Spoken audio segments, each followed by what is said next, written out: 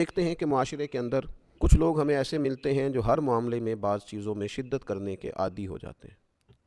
کسی شخص سے دوستی لگانے میں بھی بہت شدت میں ہوتے ہیں اور اس طرز سے دوستی لگاتے ہیں کہ اس پر فدائی ہو جاتے ہیں. صبح شامیں ہر وقت اسی شخص کے ساتھ وقت گزر رہا ہے، آنا ہے، جانا ہے، بیٹھنا ہے، کھانا ہے، پینا ہے، اور سب راز نیاز ہر چیز کی اسی کے ساتھ گفتگو ہے. لیکن پھر وہ جب اس سے ہٹتے ہیں تو پھر دشمنی بھی بڑی شدت کی ہے، عداوت بھی بڑی سخت ہے.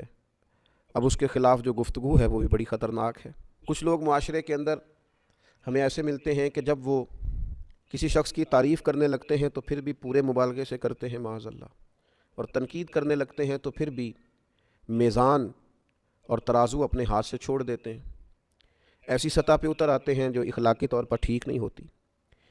اسی طرح سے ہم دیکھتے ہیں کہ کچھ لوگ اللہ کی راہ میں خرچ کرتے ہیں تو مزاج آ گیا ہے خرچ کرنے کا، پھر وہ کرتے ہی چلے جا رہے ہیں، پھر وہ کسی چیز کے پابندی نہیں ہو رہے.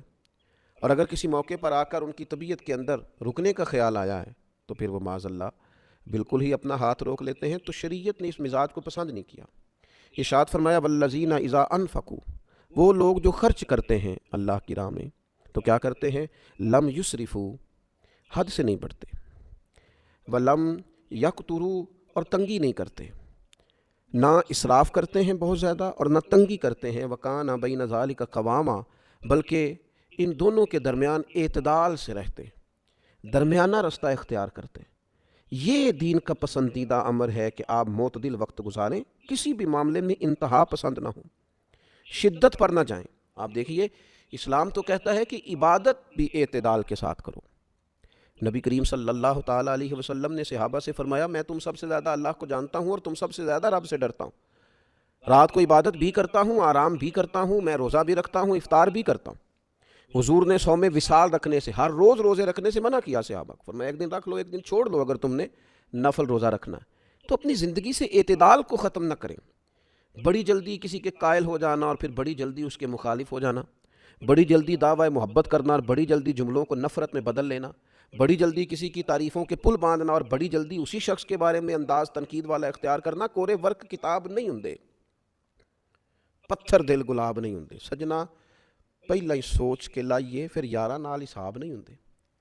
آپ غور کر لیں، سوچ سمجھ لیں، اچھے طریقے سے آپ چیزوں کو دیکھ لیں، لیکن اعتدال کا رستہ نہیں چھوڑیں. معتدل زندگی، آپ کھانے پینے میں بھی اگر معتدل نہیں رہیں گے تو صحت خراب ہو جائے گی. کھانا بھی آپ اعتدال کے ساتھ کھائیں گے. نیند بھی جو لوگ ضرورت سے زیادہ لے لیتے ہیں وہ بھی زیادہ سست ہو جاتے ہیں، جو ضرورت سے کم لیتے ہیں وہ بھی بیماری کی طرف چلے جاتے ہیں. اپنی زندگی میں معتدل رہیں. یہ امت وسط ہونا یہ اس امت کی شان ہے. آپ کے مزاج کے اندر ٹھہراؤ تب آتا ہے، بردباری تب آتی ہے، سوچنے کا موقع تب ملتا ہے، آپ کی طبیعت میں ٹھہراؤ تب آتا ہے جب آپ کے اندر اعتدال ہوتا ہے، آپ کا مزاج درمیانہ ہوتا ہے. لیکن اگر آپ کی طبیعت میں ٹھہراؤ نہیں ہے، آپ کی طبیعت میں اعتدال نہیں ہے، پھر آپ کے پاس سوچنے کا موقع ہی نہیں ہے. پھر آپ بس جدھر ہو گئے سو ہو گئے، جدھر چل پڑے سو چل پڑے، جس طرف کا مزاج آیا پھر اس طرف کے ہو گئے. حضرت عائشہ صدیقہ رضی اللہ تعالیٰ عنہ بیان فرماتی ہیں کہ نبی پاک صلی اللہ تعالیٰ علیہ وسلم نے فرمایا سیدھی راہ پر چلو، میانہ روی اختیار کرو اور یہ ذہن بنا لو کہ تم میں سے کسی کا عمل بھی اسے جنت میں داخل نہیں کرا سکتا. معنی کیا ہے؟ جنت میں جو بھی جائے گا اللہ کے فضل سے ہی جائے گا. اعمال پر بھی خدا کا فضل ہی ہوگا تو جنت میں جائیں گے. اور حضور علیہ الصلوۃ والسلام نے اسی روایت میں آگے ارشاد فرمایا، اللہ کے حبیب نے فرمایا سب سے پیارا عمل وہ ہے، اللہ تعالیٰ کی بارگاہ میں سب سے پیارا عمل وہ ہے جو اگرچہ تھوڑا کیا جائے مگر روز کیا جائے، ہمیشہ کیا جائے، استقامت کے ساتھ کیا جائے. تھوڑا کر لیا جائے لیکن ایک دن بالکل تیار ہو گئے، اتنے نفل پڑھ دیے، اتنی تلاوت کر دی، اتنا درود پاک پڑھ لیا، اتنے صدقات کر دیے اور اگلے دن چھٹی کر لی. اعتدال کے ساتھ کام کیا جائے پر مستقل کیا جائے. کریم فرماتے اللہ کو پسند ہی وہ عمل ہے تم تھوڑا کرو لیکن روز کرو، استقامت کے ساتھ کرو، اس کو مستقل بنیاد پر آگے لے کر کے چلو. تو ہمارے رویوں سے اعتدال رخصت ہوتا جا رہا ہے. ہمارے ایک استاد فرمایا کرتے تھے کسی سے اختلاف بھی کرو تو بھی اعتدال کے ساتھ کرو. کسی شخص کے ساتھ تمہاری رائے کے اندر اگر اختلاف رائے ہو جائے تو اس میں بھی تم معتدل اپنا انداز اختیار کرو. لہجوں کے اندر اس طرح کا رویہ اختیار کر لینا اور شدت اختیار کرنا اور اپنے دلائل سے زیادہ اپنی آواز کو بلند کرنا، یہ تو کوئی شعوری بات نہیں ہے.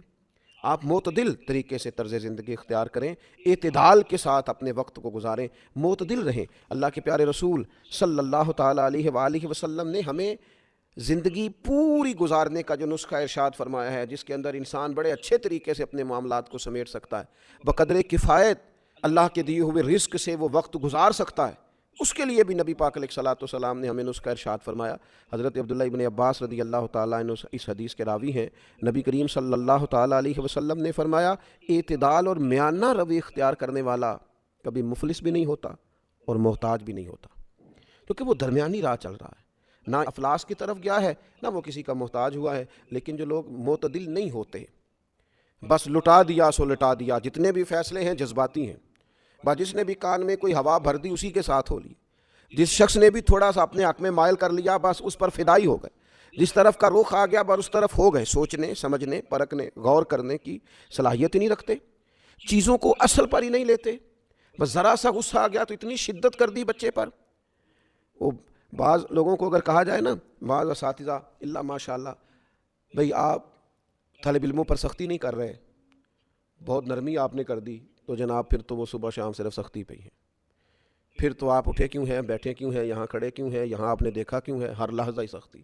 اور اگر کہا جائے ذرا رویہ نرم کیجئے تو پھر یوں محسوس ہوتا ہے کہ صاحب سو گئے، اب تو کسی قسم کی کوئی حاجت ہی نہیں ہے۔ آپ کسی بھی کام کو اعتدال کے ساتھ کریں، کسی بھی کام کو آپ لیں تو اس میں آپ معتدل ہوں، آپ کی شخصیت نکھر جائے گی، آپ کے مزاج کی خوبصورتی سے لوگ استفادہ کریں۔ شرط یہ ہے کہ آپ معتدل مزاج ہوں، آپ کی طبیعت میں کسی قسم کا بھی مزاج شدت والا نہ ہو۔ یہ اس امت کی شان ہے کہ اللہ تبارک و تعالیٰ نے اسے امت وسط بنایا ہے۔ اللہ تعالیٰ ہمیں اس کو سمجھنے کی توفیق دے اور اس کے سارے مفاہیم پر غور کرنے کی توفیق دے۔